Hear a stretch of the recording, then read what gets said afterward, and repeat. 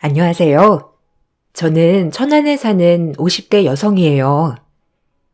어려서 집안 어른들의 약속으로 인해 지금의 남편을 만나 결혼을 했어요.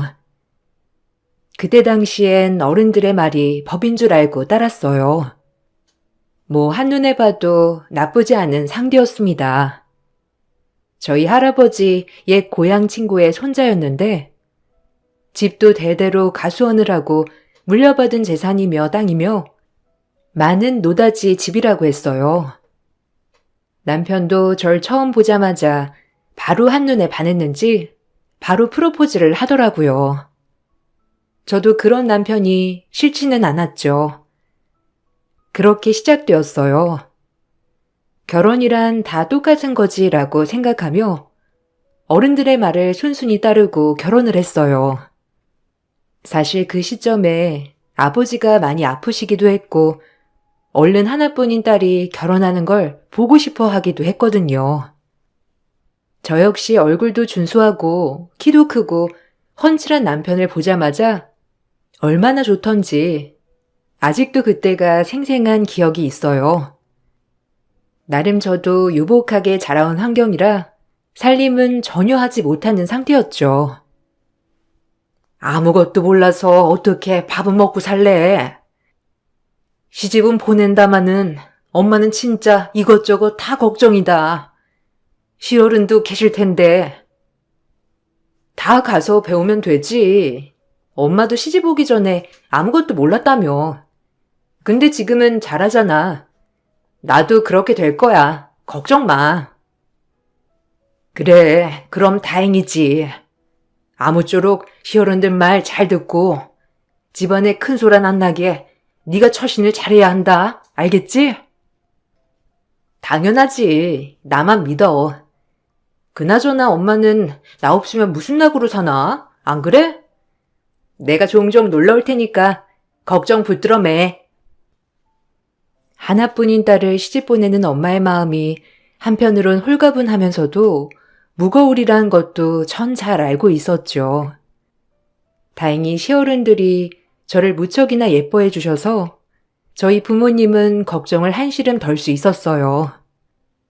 그렇게 남편과 얼마 안 있다가 결혼식이 진행되었고 처음엔 굉장히 잘 맞았어요. 하지만 남편은 굉장한 여성 편력이 있는 사람이었어요. 결혼 전에도 여자 문제도 많이 일으켰었고 집안의 재산을 생각해서 일도 게을리하는 사람이었죠. 결혼을 하면 달라질까 생각했던 시부모님도 결혼 후 똑같은 남편의 모습에 저에게 새삼 미안해하는 일이 다반사였어요. 처음엔 적응도 되지 않고 내가 어떻게 살아갈까 이런 막막함이 있더라고요. 그래도 다행인 건 저를 만난 후 여자 문제는 일으키지 않았고 그저 일을 하지 않는다는 거, 저에게 막말을 일삼는다는 게 문제였어요. 아니, 여자 문제는 제가 딱히 눈으로 보지 않았기 때문에 아닐 거라고 당연히 믿었었죠. 그것이 부부의 미덕이라 생각했거든요. 미안하다, 아가야. 제가 아직 사람이 덜 돼가지고 아무리 혼내고 달러봐도 소용이 없는 게 참 안타까워. 아니에요. 어머님도 하실 만큼 하시는데요, 뭐. 본인 하기 나름이죠. 전 괜찮아요. 시간이 지나면 성훈 씨도 정신 차릴 거예요. 무슨 일이 있으면 나한테 얘기해. 내가 철저히 네 편인 거 알지? 우리 성훈이 너에 비하면 한없이 모자란 애야. 그렇게 좋게 봐주시니 저야 감사하죠. 어머님 아니었으면 아마 이 집에 시집 온 걸 후회했을 거예요. 어머님은 그 정도예요. 누구보다 인내심이 강했던 저는 시간이 지나면 남편이 제자리를 찾을 거라고 생각했어요. 그리고 처음에 남편을 굉장히 좋게 봤던 면도 있었기 때문에 조금은 참을 수 있었습니다. 아마 본심은 안 그런데 그냥 원래가 표현 방식이 저렇게 무뚝뚝하구나라고 생각하며 위안을 삼는 날도 많았어요. 하지만 제가 그냥 넘어가면 넘어갈수록 남편은 더욱더 망나니처럼 나오기 시작했어요. 어제는 누구랑 술 마신 거야? 누구랑 마셨길래 이 아침에 들어오냐고. 어른들이랑 다 같이 사는 집에서 너무한 거 아니야? 네가 무슨 상관인데? 마누라 노릇한다 이거냐? 나한테 신경 꺼. 난 자유로운 사람이야. 알겠어? 나한테 간섭하지 마. 뭐? 간섭이라니? 우리 부부야. 어떻게 내가 당신 귀가 시간 같은 거 얘기도 못해? 그럴 거면 결혼 왜 했어? 왜 했냔 말이야. 그만 땡땡거려. 결혼은 너 혼자 했냐? 나도 너한테 불만 많다 이거야. 아주 쟤 혼자 피해자인 것처럼 맨날 땡땡거리고 있어. 그래, 오늘 다 말해보자. 그렇게 불만이 많으셔? 뭔데? 말해봐. 내가 도대체 얼마나 잘못을 했길래 불만이 있는지. 그 순간 남편이 뺨을 내리쳤어요. 남편은 저와 싸울 때 혹시라도 저에게 말발이 딸리거나 할 말이 없어질 땐 저렇게 손찌검도 하는 일도 허다했어요. 처음 손찌검을 당한 날은 너무 어이가 없고 당황스러워서 집을 나왔죠. 막상 집을 나오니 정말 갈 곳은 마땅치 않더라고요. 부부싸움을 하고 집을 나온 모습을 부모님이 아시면 속상해 하실 거고, 집이 아닌 다른 곳을 가자니 갈 데가 없었고요. 그렇게 집 근처 카페에서 울고 있던 저였죠. 저를 하루 종일 찾고 있던 시어머니의 손에 이끌려 다시 집으로 돌아오게 되었고요. 아이고, 어디 갔었어? 내가 미안하다. 성훈이 대신 사과할게, 어? 곱고 고운 너를 이렇게 아프게 해서 미안해. 어머님이 뭐가 미안해요. 성훈 씨가 잘못한 건데 그이는 제가 집을 나가도 잠만 잘 자고 있죠? 정말 결혼은 괜히 했나 봐요. 아니야. 성훈이도 반성하고 있어. 그러니까 우리 집에 가자꾸나. 네 집이 저기인데 어딜 나와. 나가도 그놈이 나가야지. 시어머니는 절 그렇게 한참 동안 달래시곤 집으로 데리고 들어갔습니다. 본인의 아들임에도 불구하고 늘 아들을 먼저 꾸짖었어요. 그런 남편은 어머님 앞에선 찍소리도 못했었고 늘 저에게 사과를 했죠. 다신 안 그러겠다고 말이에요. 그렇게 매번 반복되었어요. 참 지금 생각해도 어머님에게 너무 고마운 나날이었어요. 어머님만이 저의 유일한 버팀목이 되어주셨거든요. 참 감사한 분이죠. 얘, 어디 여자를 때리니? 너 내가 그렇게 가르치더냐? 새아기, 괜찮니? 아휴, 내가 못 살아. 남의 집 귀한 딸 데려다가 이게 지금 무슨 짓이야? 그럴 거면 나가 죽어 이 녀석아. 지형 세 발의 피도 못 따라가는 놈 같으니라고. 어휴, 망신스러워. 죄송해요. 여보, 미안해. 내가 잠깐 미쳤었나 봐. 술을 너무 많이 먹어서 다신 안 그럴게. 그러니까 한 번만 용서해줘, 어? 다시 한번 이 집에서 이런 일이 일어나면 네가 쫓겨날 줄 알아. 무일푼으로, 알겠어? 새아기 털끝 하나라도 건드려봐라. 어디 망신스러워서 남자가 힘쓸 데가 없어 여자를 때려? 어휴, 창피하다 정말. 아무짝에도 쓸모없는 놈 같으니라고. 항상 부부싸움에 있어서는 시부모님은 오로지 제 편이었기 때문에 남편과 싸움이 날 때면 시어머니는 남편을 나무라셨죠. 남의 집 귀한 딸 인생 망친다고 말이에요. 그리고 남편에겐 하나뿐인 형이 하나 있었는데 형은 남편과는 정반대로 정말 완벽한 사람이었어요. 다정하기도 하고 부모님에게 효자에 공부도 잘해 의사가 되었거든요. 시부모님의 낙이었죠. 아마 어렸을 때부터 형과 비교되는 남편은 아예 부모님 기대를 저버리자라고 생각한 것 같기도 했어요. 그 정도로 비교가 됐으니까요. 미안해요, 재수씨. 저희 집에 와서 고생만 시키는 것 같네요. 저놈이 철이 없어서 재수씨한테 걱정거리만 안겨드리는 것 같아요. 아니에요. 그래도 온 가족이 이렇게 제 편에 서서 말씀해 주셔서 전 더 든든한걸요. 성훈 씨도 시간이 지나면 괜찮아지겠죠. 곧 있으면 제가 외국에 가야 하는데 마음이 안 편하네요. 어머니도 재수씨 걱정 많이 하시고 힘내세요, 재수씨. 이렇게 제 자신을 위로하고 살았죠. 다행히 시댁 식구들 모두 정말 좋으신 분이었기 때문에 가능한 일이었어요. 과거로 돌아간다면 남편이랑은 절대 다시 만나긴 싫다가도 시댁 식구들은 또다시 만나고 싶을 정도였으니까요. 그렇게 이 삶에 익숙해질 때쯤 전 아이를 가졌어요. 남편과 쏙 빼닮은 아들이었죠. 처음 아이를 가지고 아이를 낳았을 때 남편도 얼마나 좋아하던지. 철없던 남편도 이제 아이 아빠가 되었으니 조금 더 가정적이 되려나 싶은 마음에 저조차도 기대되는 나날이었어요. 아, 이게 내 아이러니. 고맙다. 그리고 미안해. 내가 좋은 아빠가 되도록 노력할게. 그동안 많이 힘들었지? 미안하다. 알면 됐어. 우리 아들 보고 잘해줘. 그리고 이렇게 나한테 따뜻하게 말해줘서 고맙고 우리 다시 시작해보자. 알겠지?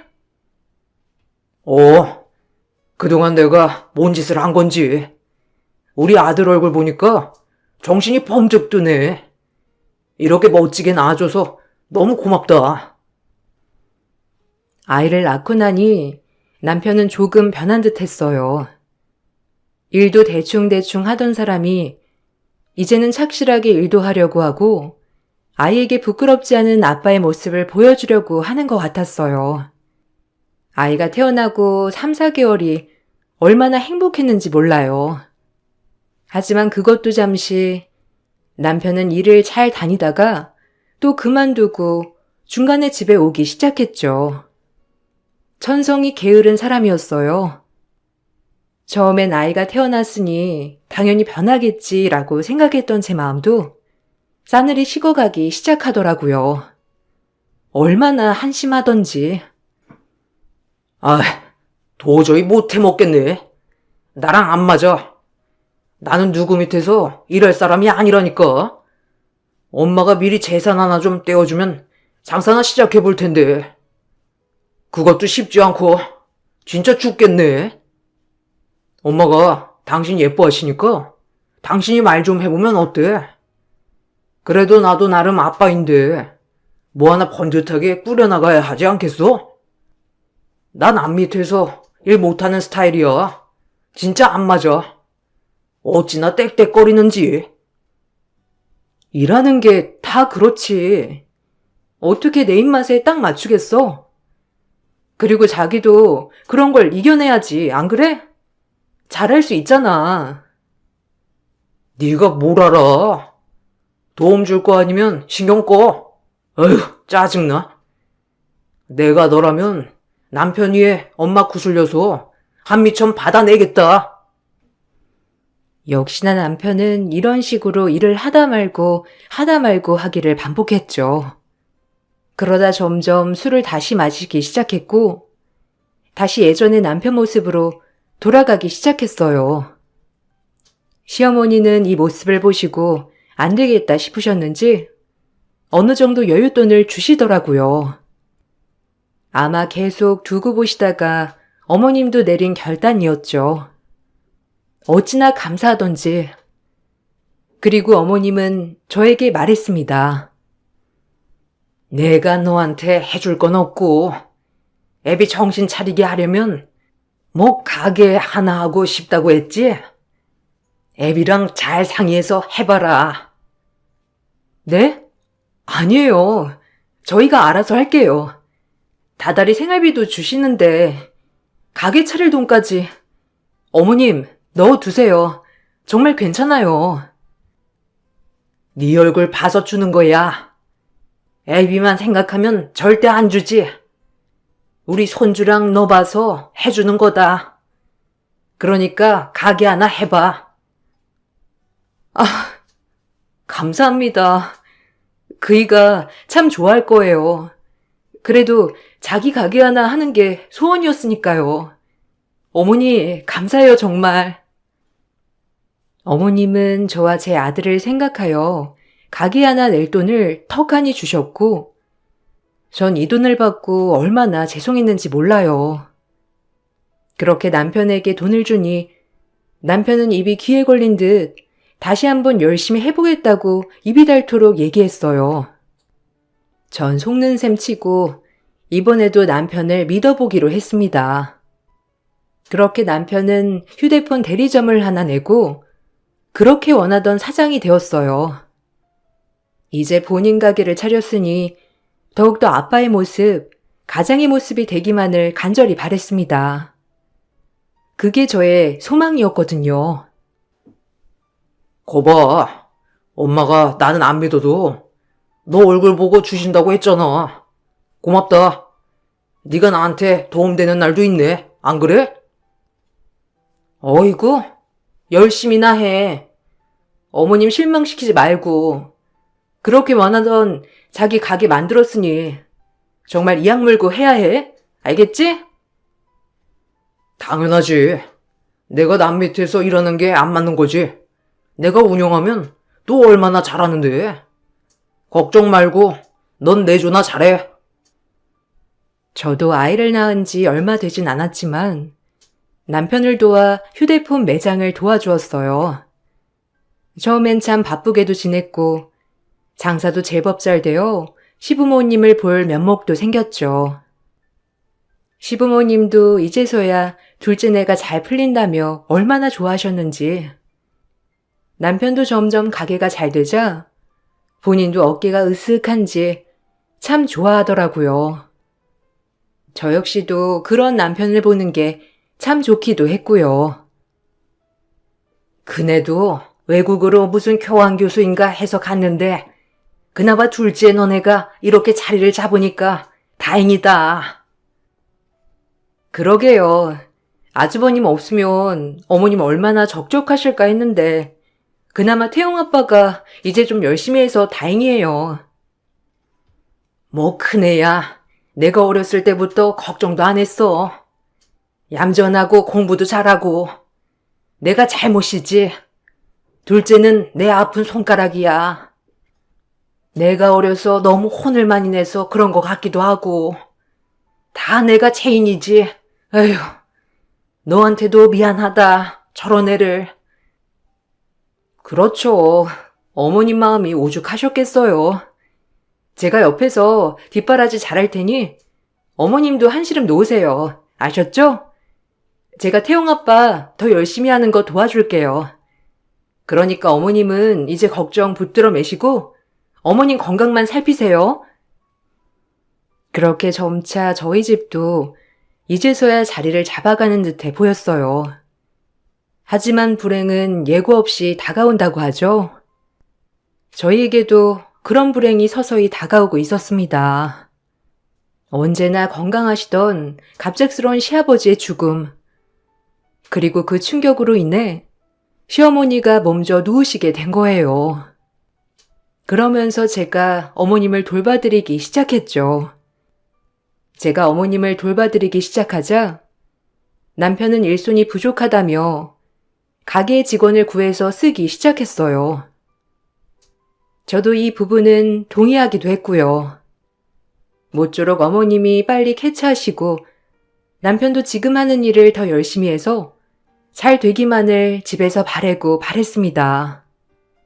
어머님을 케어하는 것은 고된 일이었지만 평생 어머님이 주신 사랑이 너무 컸었기에 이 정도쯤은 아무것도 아닌 거라고 생각했어요.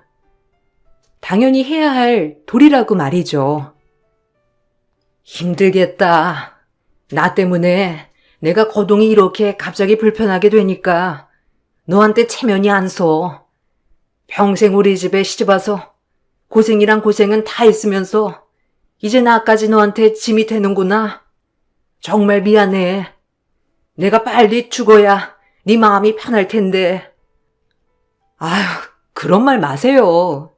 어머님이 그렇게 말씀하시면 저 정말 속상해요. 어머님이 제 옆에서 든든히 있어주시니까 제가 버티는 거죠. 어머님을 위해 전 정말 뭐든지 다 했어요. 워낙 어머님이 주신 사랑이 고귀한 걸 알았기에 이 역시 당연하다고 생각했고요. 어머님은 점차 더 불편하게 되어 제가 분유 수발까지 들게 되는 날도 허다했죠. 하지만 다 견딜 수 있었어요. 그러던 어느 날 남편이 요즘 좀 수상하더라고요. 핸드폰에 있는 통화 목록을 지우기도 하고 주말마다 외박을 일삼기도 했고요. 전 혹시나 하는 마음에 남편을 떠보았지만 그때마다 일하느라 힘들다고 하는 남편에게 스트레스가 되는 것 같아 참았어요. 하지만 아들로 인해 남편의 수상한 행각은 들통이 나버렸어요. 얼마나 어이가 없던지. 그 바람에 아들을 이용했다는 것도 화가 났죠. 아니, 나 핸드폰 누나랑 아빠랑 레스토랑 가서 돈가스 먹었다. 아, 맞다. 아빠가 이거 말하지 말라고 했는데. 무슨 소리야? 핸드폰 누나라니? 아빠 회사 직원 누나 말하는 거야? 셋이 돈가스 먹으러 갔었어? 근데 왜 말하지 말래? 아, 아빠가 그냥 이런 거 엄마한테 얘기하는 거 아니래. 그리고 그 누나가 아빠한테 막 자기라고 했다? 근데 아빠가 그러지 말라고 막 그러면서 그랬어. 엄마, 이거 아빠한테 얘기하면 절대 안 돼. 알겠지? 비밀이라 그랬단 말이야. 어? 아들의 한마디에 청천벽력같이 무너지는 것 같았어요. 자기들 바람에 아들까지 대동하다니. 그리고 아들의 입막음을 시도하려고 했다는 것 자체도 너무 화가 났어요. 결혼 후 술을 먹고 일을 안 나가거나 이렇게 속을 썩인 적은 있어도 바람으로 속을 썩인 적은 없기 때문에 저 또한 충격적이었죠. 그 말을 듣고 시어머니를 간병하는데 눈물이 펑펑 쏟아지는 거 아니겠어요? 아니, 왜 울어? 무슨 일 있냐? 혹시 성은이가 뭐 잘못한 거야 또?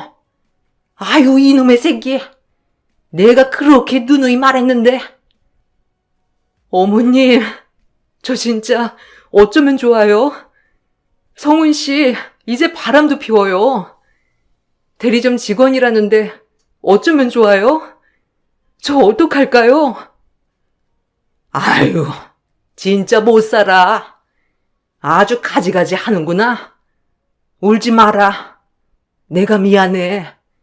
내가 이놈 가만 안 둘 거야. 그러니까 울지 마. 어머님은 저에게 미안해하시며 달래주셨죠.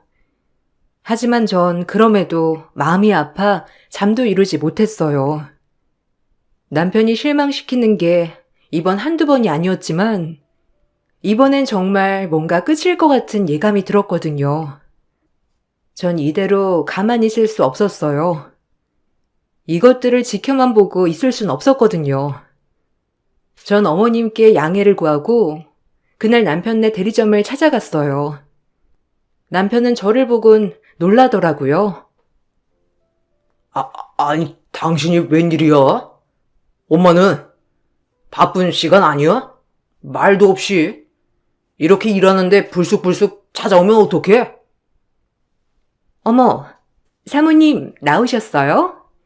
차 한 잔 드릴까요? 모가차랑 커피 있는데 둘 중에 어떤 걸로 드릴까요? 네? 너나 처먹어. 당신 나한테 할 말 없어? 아주 둘이 하루 종일 붙어 있는구나. 이렇게 눈 가리고 앙하니까 좋았니? 아들한테 입막음까지 하면서 바람을 피우고 싶었어? 내가 얼마나 손발이 후들후들 떨렸는 줄 알아? 네가 어떻게 나한테 이래? 제가 미친 듯이 남편에게 따져대자 남편은 당황한 듯 했지만 오히려 저에게 뻔뻔하게 나오더라고요. 상간녀 또한 마찬가지고요. 지금 그거 말하려고 엄마도 내팽개치고 온 거야? 아니 집구석에서 가만히나 있지. 여기가 어디라고 와서 나대? 뭐? 나대? 네가 지금 내 앞에서 그게 할 말이야? 아, 자그마치 13년이야. 너랑 결혼하고 언제 한번 나 행복하게 해준 적 있니? 어머, 사모님, 은근 로맨스 바라는구나. 부부는 그냥 부부죠. 뭘 그런 걸 바래요? 어차피 사모님도 그 어머님이 주신 돈으로 편하게 사시는 거 아니에요? 이혼당하면 뭐하고 살려고 그래요? 그러니까 그냥 집에서 처박혀 있으세요. 상간녀의 말이 떨어지기가 무섭게 전 상간녀의 머리채를 휘어잡고 흔들어댔죠. 남편도 말리고 상간녀도 얼마나 악을 써댔는지 아주 어이가 없었어요. 그렇게 저희는 한참을 매달리고 싸우다 제가 제풀에 지쳐 나가 떨어졌어요. 남편은 다신 가게에 찾아오지 말라고 으름장을 내보았고 집에 가서 얘기하자며 저를 가게에서 내쫓았어요. 상간녀 앞에서 얼마나 체면이 안 서던지. 집에서 얘기해. 손님 떨어진다. 여기가 어디라고 가장 체면 안 서게? 얼른 가. 택시 타고 가. 나중에 얘기하자. 나중은 무슨 나중이야? 당신 진짜 끝까지 이럴래? 우리 태영이 생각은 안 하는구나. 빨리 정리해. 안 그러면 알아서 해. 남편은 절 쫓아내듯 내쫓았고 전 울면서 택시를 타고 집으로 돌아왔어요. 집에 와서 얼마나 울었는지 눈이 퉁퉁 부었더라고요. 어머님은 제 눈치만 살피시느라 이러지도 못하고 저러지도 못하셨죠. 이런 모습을 보여드리니 어머님에게 죄송하더라고요. 가뜩이나 쇠약해지신 어머니한테 또 못 볼 꼴만 보여드린 것 같아 얼마나 죄송하든지. 하지만 그날은 저도 어찌할 도리가 없었죠. 죄송해요, 어머님. 어머님도 마음 아프실 텐데. 근데 저 이제 그 사람이랑 살 자신이 없어요. 어머니, 저 이혼할까 봐요. 이혼이라니. 네가 왜 이혼을 하냐? 그년놈을 작살내야지. 네가 왜? 아이고, 진짜 미안하다. 내가 이 썩을 놈의 자식을 그냥? 어떻게 해야 할까요? 진짜 모르겠어요. 애를 생각하면 애한테 이런 모습 보이고 싶지 않은데 이렇게 사는 게 맞는 건가 싶고. 내가 설득해 볼게. 내 말은 잘 들을 거야. 너한테는 내가 체인이다. 어쩌다가. 그래도 고마워. 이렇게 내 옆에 있어줘서. 어머니도 이렇게 단호하게 말씀하셨지만 절대 들을 위인은 아니었고요. 그렇게 이러지도 저러지도 못하고 있을 때 시어머니는 충격인진 몰라도 건강이 더욱더 악화되기 시작했어요. 남편은 너무나도 미웠지만 저에게 최선을 늘 다하신 분이었기에 시어머니만은 제 손으로 끝까지 모시고 싶다는 바람도 있었죠. 그렇게 시어머니의 병수발을 끝까지 들게 되었습니다. 거의 막판에 가서는 어머님이 저까지 못 알아볼 정도로 많이 쇠약해지시기도 하셨지만 그래도 어린아이처럼 귀엽기만 했어요. 남편도 어머님이 많이 안 좋아지자 조금은 잠잠했죠. 집에도 일찍 들어오고 이제 좀 반성하는가 싶었거든요. 그렇게 어머님의 간병을 하던 어느 날 어머님은 제 옆에서 주무시다가 돌아가셨습니다. 그렇게 어머니와의 마지막 이별이 되었어요. 어머님, 감사합니다. 어머님 덕분에 행복했어요. 이렇게 옆에 계셔주셔서 감사해요. 어머니, 좋은 곳으로 가세요. 할머니, 죽지 마요. 일어나란 말이에요. 엄마, 이제 할머니 없는 거야? 거짓말. 할머니, 일어나요. 어머니가 돌아가시고 전 부랴부랴 남편과 미국에 있는 시숙에게 얘기하여 장례 준비를 하기 시작했어요. 그리고 장례식을 차례차례 준비하고 있을 때 장례식장 전광판에 며느리 옆 이름을 그 핸드폰 가게 상간녀 이름을 올린 것이 아니겠어요? 전 그 모습을 보고 눈이 돌더라고요. 그리고 상간녀가 장례식에 도착하여 상복을 입는 것을 보자 너무 어이가 없었죠. 이게 뭐 하는 짓이야? 며느리? 지금 며느리라고 한 거야? 당신 제정신이야? 태영이가 보면 무슨 생각을 하겠어? 너도 생각이 있는 년이니? 지금 이게 둘이 뭐 하는 짓이야? 진짜 당신은 정말 갱생불가의 인간이구나. 정말이지 최악이야. 넌 간병인이지 아니었나? 나한테 너는 그냥 엄마 간병인 그 이상도 그 이하도 아니야. 그러니까 적당히 빠져. 이제 사람들 조문 올 건데 좀 빠져야 하지 않겠냐? 며느리가 둘이면 웃기잖아. 간병인은 빠지세요. 이제 너랑도 끝이야. 어머, 어떡해요? 뭐 오빠한테 얘기해서 양육권, 친권 다 가져가요. 저야 오빠랑 새 출발하면 그만이니까. 그래, 다 가져가. 그냥 내 눈앞에서만 사라져라. 이제 네 꼴 보기도 지긋지긋하다. 얼른 나가. 네가 상복 입으면 사람들이 뭐라고 하겠어? 아주 돌았구나. 너네가 날 물로 봤어, 안 그래? 내가 가만히 있을 것 같아? 나쁜 것들. 너네 내가 가만 안 둬, 알겠어? 버러지 같은 것들. 전 분이 안 풀려 남편과 상간녀에게 악다구니를 쓰며 요란을 떨었지만 남편은 그런 저를 끌어내려고만 했어요. 그렇게 망연자실 앉아서 울고 있을 때 급하게 귀국한 시숙이 제게 오더라고요. 그러더니 전광판에 며느리 이름을 보고 크게 대로하셨죠. 시숙은 곧장 저에게 다가와 저를 일으켜 세우곤 말했습니다.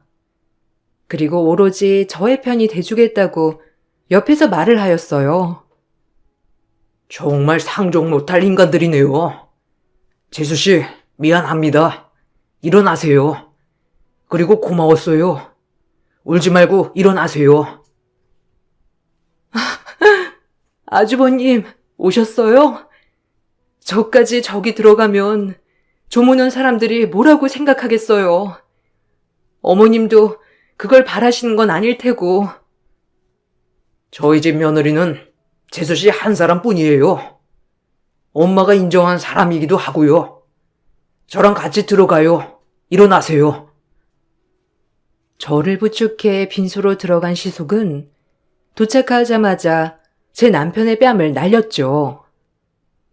그리고 상간녀를 위아래로 훑더니 아주 크게 웃더라고요.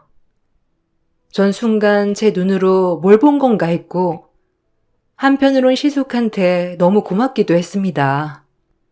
그렇게 시숙은 저의 편이었거든요. 한심한 새끼. 너까짓 게 재수씨 없으면 날개를 펼칠 수 있을 것 같아? 내 동생이지만 이젠 연을 끊어야겠다. 이건 사람 새끼가 아니지. 재수씨가 우리 집에 어떻게 했는데? 엄마가 마지막 남긴 유서야. 변호사가 나한테 보낸 거야. 마지막까지 널 얼마나 못 믿었으면 미국에 있는 나한테 이런 걸 보냈겠어? 한심한 놈. 이제 끝이야, 니까 것들은. 알겠어? 인간 같지도 않은 것들.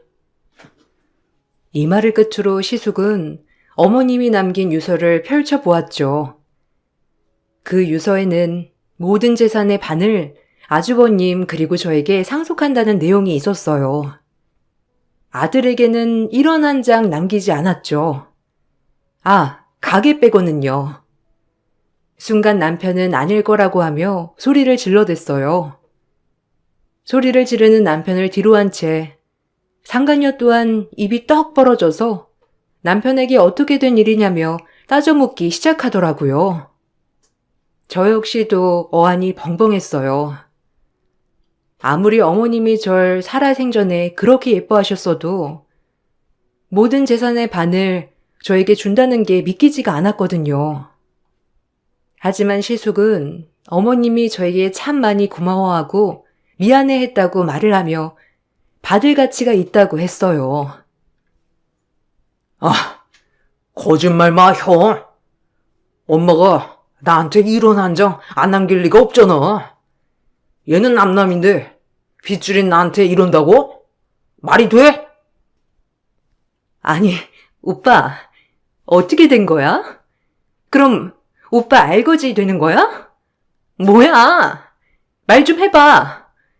내가 오빠랑 그럼 왜 만나? 그동안 재산 보고 만난 건데? 둘이 아주 잘 어울리네. 한 쌍의 인꼬 같아. 재수씨, 얘랑 당장 이혼하고 새 인생 사세요. 태영이 데리고. 제가 재수씨한테 하고 싶은 말이에요. 그동안 저희 집에 와서 고생만 했죠? 미안합니다.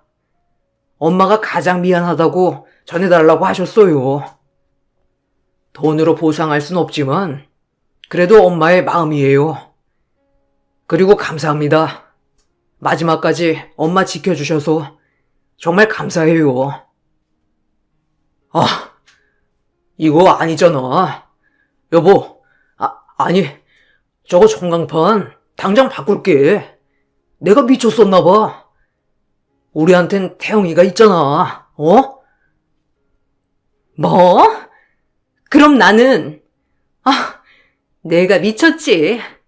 유부남 뭐가 좋다고? 쓰레기 새끼. 갱생 불가야 너는. 나한테 연락하지 마. 이제 와서? 어머님 재산 반이 다 나한테 온다니까. 이제 와서 여보래? 아니, 넌 이미 기회를 잃었어. 태영이도 버렸잖아. 2년이랑 같이 산다고 나보고 양육권 친권 가져가라며. 넌 아빠 자격 상실이야. 장례 끝나고 소송 들어갈 줄 알아. 이 끔찍한 놈아. 미안해. 아니, 내가 쟤한테 홀려가지고 진짜 말이 안 된다니까. 아니, 우리 겪어온 세월이 있는데 그래. 엄마도 우리 이혼은 바라지 않으실 거야. 그러려고 너한테 설마 재산을 주셨겠어? 엄마 봐서라도 제발 나 좀 살려주라. 그래도 우리 엄마 아들인데. 한심한 자식. 지복을 발로 차는 놈. 넌 재수씨 얼굴 보는 거 자체가 뻔뻔한 놈이다. 나 역시도 너랑은 이제 끝인 것만 알아둬. 상간녀는 남편에게 소리를 지르고 장례식을 박차고 나가버렸어요. 아마 돈 없는 남편 더 이상 만날 필요가 없다고 생각했겠죠. 그리고 남편은 갑작스럽게 태도를 돌변하기 시작했고 전 너무 어이가 없었죠. 재산반이 나한테 상속된다는 말에 손바닥 뒤집듯 비는 남편이 우스웠고 그런 남편과 정말 모든 걸 끝내야겠다고 다짐했어요. 전 남편을 뿌리치며 말했어요. 화가 났거든요. 아니, 너랑 끝이야. 어머님 장례식장에서 이렇게 소란 피우고 싶지 않지만 네가 인간이니?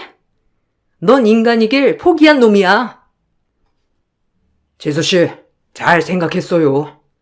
저놈도 이제 아무 그늘 없는 데서 고생 좀 해봐야 해요. 평생을 지복을 발로 차는 놈. 한심해. 당신 어머님 때문에 버텼어. 그리고 당신 가족들 때문에. 당신 같은 사람 진작에 내가 폐기 처분했어야 하는데. 어머님 때문에 지금까지 참고 산 줄만 알아. 인간 같지도 않은 놈. 아비 될 자격도 없는 놈. 네 입에서 이제 내 이름 부르지도 마. 그렇게 소란스럽던 장례식이 끝이 났고 전 남편에게 소장을 보내 이혼을 준비했습니다.